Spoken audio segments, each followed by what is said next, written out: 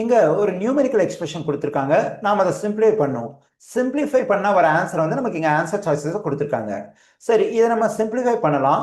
இப்போ இங்க division sign இருக்கனால இந்த எக்ஸ்பிரஷன் வந்து நம்ம வந்து ஒரு ஃபிராக்ஷன் எழுதிக்கலாம். அதாவது 15 into square root of 54 divided by 3 into square root of 6. இப்போ இந்த 15யும் 3யும் நம்ம கன்சிடர் பண்ணா ரெண்டுமே வந்து பாத்தீங்கன்னா 3யோட மல்டிபிள்ஸ். அது ரெண்டுக்கும் வந்து பாத்தீங்கன்னா 3 தான் கிரேட்டஸ்ட் காமன் டிவைசர். அப்போ 3 வந்து 3ல 1 டைம்ஸ் போகும், 3 வந்து 15ல வந்து 5 டைம்ஸ் போகும். அப்போ 5 இன்டூ நம்ம இதை சிம்பிளிஃபை பண்றதுக்கு இந்த 54 வந்து பாத்தீங்கன்னா அதோட பிரைம் ஃபேக்டர்ஸோட ப்ராடக்ட் எழுதிக்கலாம். ஸோ இப்போ முதல்ல 54 ஸ்பிளிட் அப் பண்ணலாம். 54ங்கிறது ஒரு ஈவன் நம்பர். அப்போ தாராளமாக இதை 2ங்கிற ஈவன் பிரைம் நம்பரால் டிவைட் பண்ணிக்கலாம். அப்படி 2ங்கிற பிரைம் நம்பரால் டிவைட் பண்ண எனக்கு என்ன வரும்னாக்கா 27 வரும். இங்க 27ங்கிறது ஒரு ஆட் நம்பர். இதுல இருக்கிற டிஜிட்ஸ் 2யும் 7யும் ஆட் பண்ணா 9.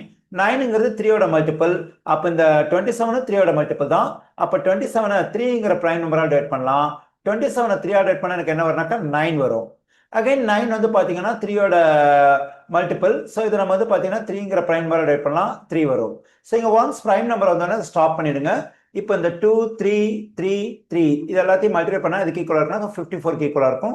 அப்போ இந்த ஸ்கொயர் ரூட்டுக்குள்ள இருக்கிற 54 அதோட பிரைம் ஃபேக்டர்ஸோட ப்ராடக்ட் எழுதிக்கலாம். அதாவது 2 into 3 into 3 into 3 divide by square root of 6. Okay, 5 into நமக்கு ஸ்கொயர் ரூட்டுக்குள்ளார எப்போ ரெண்டு சேம் நம்பர்ஸ் மல்டிப்ளை ஆயிட்டு இருந்தாலும் அதுக்கு பதிலாக ஒரே ஒரு நம்பரை வந்து என்ன பண்ணலாம்னாக்கா ரூட்டை விட்டு வெளியே எடுத்துக்கலாம். அப்போ இந்த ரெண்டு 3க்கு பதிலாக ஒரு 3 வெளியே எடுத்துக்கலாம். இப்போ ஸ்கொயர் ரூட்டுக்குள்ள நமக்கு என்ன இருக்குனாக்கா 2 இன்டூ 3 இருக்கும் divided by square root of 6. இப்போ 5 and 3 மல்டிப்ளை பண்ணா எனக்கு என்ன வரும்னாக்கா 15 square root of 2 and 3 multiply பண்ணா 6 divided by square root of 6.